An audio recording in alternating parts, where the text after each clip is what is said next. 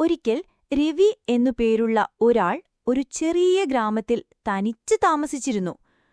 ഒരു മഴയുള്ള രാത്രിയിൽ നനഞ്ഞു വിറയ്ക്കുന്ന ഒരു ചെറിയ നായ്ക്കുട്ടിയെ അവൻ തന്റെ വീട്ടുവാതിൽക്കൽ കണ്ടെത്തി. അവന് ദയ തോന്നി ആ നായ്ക്കുട്ടിയെ വീടിനുള്ളിലേക്ക് കൊണ്ടുപോയി അതിനെ തുടച്ചുണക്കി കുറച്ചു ഭക്ഷണവും നൽകി. രവി ആ നായയ്ക്ക് ബ്രൂണോ എന്നു പേരിട്ടു. അന്നുമുതൽ അവർ ഉറ്റ ചെങ്ങാതിമാരായി. ബ്രൂണോ രവിയെ എല്ലായിടത്തും പിന്തുടർന്നു. വയലുകളിലേക്കും ചന്തയിലേക്കും പുഴക്കരയിലേക്കു വരെയും. ഒരു ദിവസം രവി കാൽ വഴുതി പുഴയിലേക്ക് വീണു.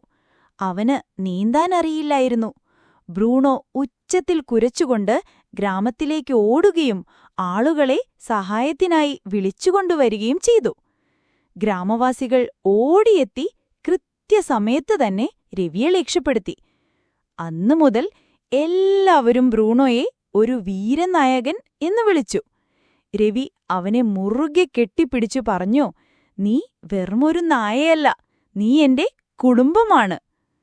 ഗുണപാഠം: യഥാർത്ഥ സുഹൃത്തുക്കൾ ഏത് രൂപത്തിലും വലുപ്പത്തിലുമുള്ളവരാകാം.